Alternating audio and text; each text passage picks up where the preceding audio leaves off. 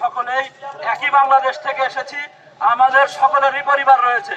আপনাদের যেমন মা বাবা আপনাদের জন্য দুশ্চিন্তা করে, এরকম প্রত্যেকের মা বাবা কিন্তু দুশ্চিন্তা করে।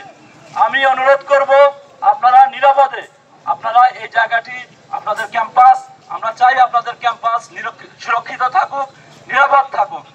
আমরা আপনাদের সেই নিরাপত্তা বিধান করতে চাই।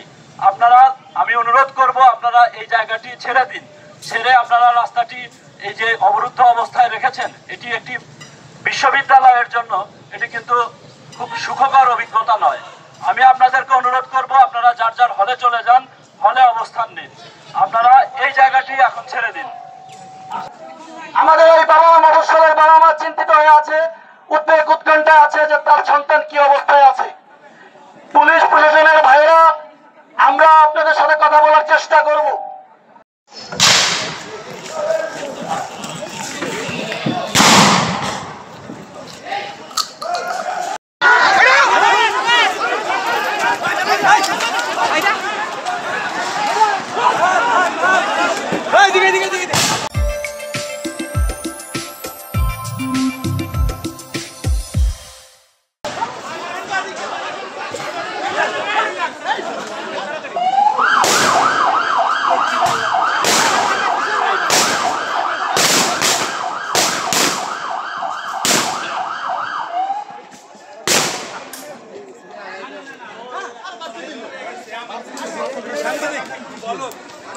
না রে ভাই, ও সাংবাদিক দেখাইলি তো।